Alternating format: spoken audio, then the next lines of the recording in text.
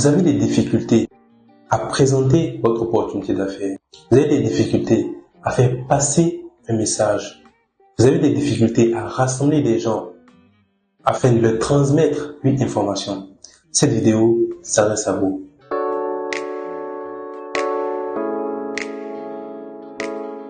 Salut les amis. Si vous venez de me découvrir, je suis Assessou Joal, expert en marketing relationnel. Et dans cette vidéo, je vais vous dévoiler 3 clés importantes qui vous permettront d'avoir une présentation d'opportunités d'affaires réussie. Les amis, la 3e clé est la plus importante. Donc, je vous invite à rester jusqu'à la fin de la vidéo. Et la première chose que vous devez savoir dans une présentation, la première clé, c'est quoi? C'est connaître sa cible. À qui est-ce que vous voulez adresser le message? À qui est-ce que vous voulez transmettre le message? C'est qui votre auditoire typique?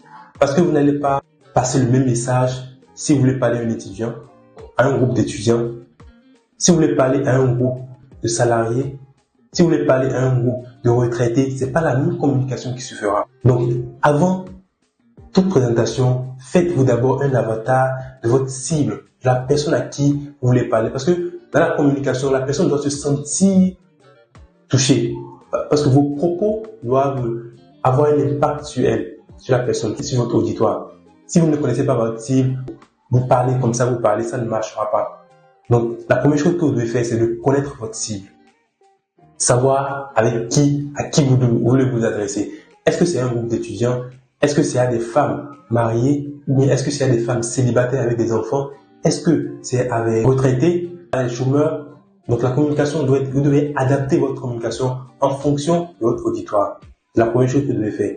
La deuxième chose, les amis, c'est quoi? C'est faire participer son auditoire. Faire participer son auditoire, ça veut dire que pendant votre présentation, faites en sorte que la communication soit interactive.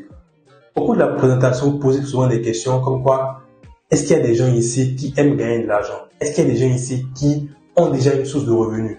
Ça permet à l'auditoire de se sentir impliqué dans votre présentation.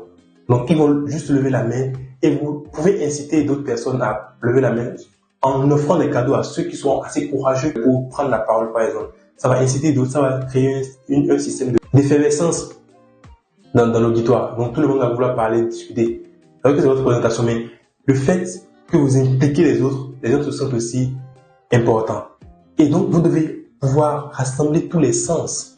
C'est-à-dire que ce soit la vision. Donc, la présentation doit être visuelle, c'est-à-dire il doit avoir des images pour représenter ce que vous devez dire.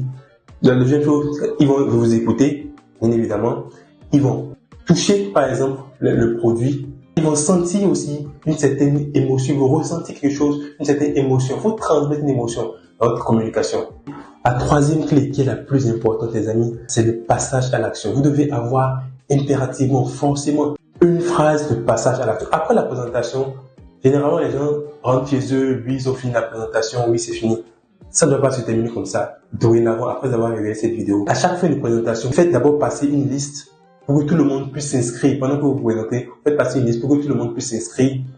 À la fin, maintenant, vous demandez à l'auditoire qui sont ceux qui sont prêts à s'engager aujourd'hui, dès ce soir avec vous. Ils vont lever la main, vous les mettez à part. Ceux qui sont prêts à s'engager dans 2 semaines avec vous, vous les mettez à part. Ceux qui sont prêts à s'engager dans 1 mois avec vous, vous les mettez à part. Et c'est comme ça. Parce que les gens vont signer un engagement, ils vont se dire: oui, moi j'ai écrit quelque part que je dois commencer dans 1 semaine. J'ai écrit quelque part que je dois commencer dans 1 mois. Et cet engagement leur permettra d'être cohérent avec ce qu'ils ont écrit. Donc vous êtes là pour faire juste un suivi. Ça veut dire un suivi prospect. Ceux qui sont prêts pour s'engager aujourd'hui, vous commencez avec eux. Mettez en place déjà un plan d'action. Donc j'espère que c'est un peu comme ça que vous allez procéder maintenant. Si vous voulez avoir vraiment une présentation réussie en marketing relationnel, la première chose, c'est de connaître sa cible, connaître son auditoire, savoir à qui vous voulez vous présenter. La deuxième chose, c'est de faire participer votre auditoire. La 3e chose, c'est le passage à l'action, de faire passer les gens à l'action. 3 choses importantes. Les amis, je suis distributeur de l'une des meilleures entreprises de marketing relationnel.